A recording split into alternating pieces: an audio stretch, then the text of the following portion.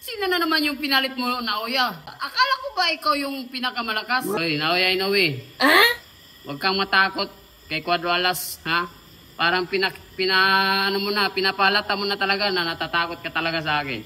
Pinapalata mo na talaga na natatakot ka talaga sa akin. Yung mga idol, kumusta? This is Uyod Boxing Fanatics. So, halika't panoorin natin ang reaksyon ni Cuadro Alas Casimero sa ipinalit na kalaban ni Naoya Inoue kontra nga dito kay Sam Goodman. So, sabay nating panoorin mga kaibigan kung ano masasabi ni Cuadro Alas dito. Ang nakakatawa kasi dito mga ka-Uyod Boxing Fanatics, ang ipinalit ni Naoya Inoue na makakalaban niya ay hindi nga top contender dito nga sa apat na sanctioning bodies, WBO, WBE, IBF at WBC. Yan nga ang nakakatawa mga ka-Uyod Boxing Fanatics dahil instead piliin ni Naoya Inoue na kalabanin si Murjun Akmadalib at iba pa na mga top contender dito nga sa kanyang mga titulong pinaghaharian, ay mas pinili ni Naoya Inoue itong South Korean na boxer na hindi ganun kakilala. So halika't pakinggan natin, courtesy nga dito sa YouTube channel ng Cuadro Alas. It's my boy. Ngayon si Cuadro Alas, hingin natin kung ano yung masasabi niya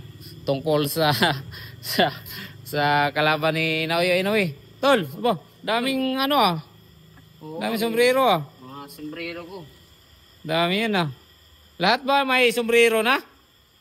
Siguro. Order na. Order na kayo. Tol, may tanong ako sa iyo, Tol. Oh, ano? May ako sa iyo ba? Ano yung masasabi mo sa kalaban ngayon ni Naoya Inoue? Parang nakahanap na naman ng kahit sa yung parang mamahinang nila lang ba? Naoya. Oo. Sino na naman yung pinalit mo, Naoya? Ha? Yun lang. Akala ko ba ikaw yung pinakamalakas? Yung pinalit mo sa kalaban mo, hindi naman natin kilala yun. Sino ba yun? Abati ka. Na tayo Kabistuhan na. Kabistuhan na tayo Abati ka. Hoy, Naoya Inoue, hindi ikaw ang tunay na malakas. Yan naghihintay lang ako sa'yo kung kailan ka... Diyan natin mapatunayan na talagang magaling ang kampo ni Naoya Inoue.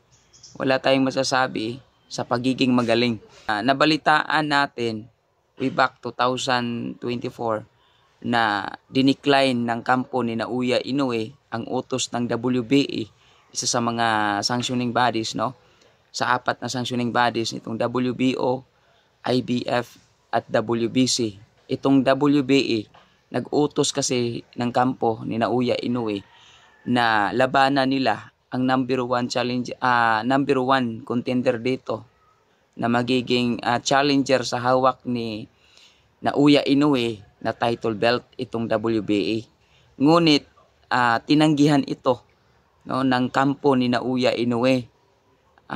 Instead na si Murjun Akmadalib ang inutos ng WBA na magiging mandatory challenger ni Naoya Inoue, pinili nila itong si TG Duhini na medyo matanda na.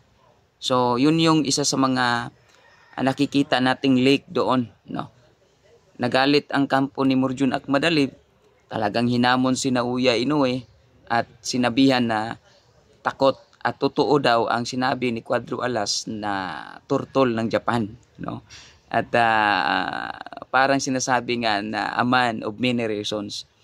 So hanggang ngayon, kinasaang Goodman versus Naoya Inoue noong December sana, pero na-move into January ngayong taon. Ngunit ngayon ay nabalitaan natin na na-cancel na naman at talagang tuluyan umatras si Sam Goodman, itong number one challenger sa WBO, dahil nagkaroon ng injury. So ngayon mga kaibigan ay nabalitaan natin na pinalitan si Goodman sa isang unknown boxer ng South Korea na number 11 sa ranking sa WBO. Ang tanong ng mga boxing fans, bakit ang daming mga nasa top ranking sa WBO? Bakit itong nasa lowest na rankings at hindi pa masyadong ganun ka kilala o eksperyensyado na boksingero? So, diyan natin mapatunayan na talagang magaling ang kampo ni Naoya Inoue. Wala tayong masasabi sa pagiging magaling. Magaling talaga pumili ng kalaban at magaling umiwas sa mga malalakas na mga boksingero sa kanyang division ngayon sa 122 sa Super Bantamweight Division. So kung ako ang tatanungin ninyo kung takot ba talaga si Naoya Inoue kay Cuadro Alas Casimero, 100% talagang takot ang kampo ni Naoya Inoue na masira ang karir ng kanilang alaga. At lalong-lalo na itong si Naoya Inoue, the monster of Japan kuno, na lagi naman talagang takot sa ating pambato at umiwas. So yun lang mga kaibigan, comment down below kung ano ang masasabi niyo sa video na to. Maraming salamat.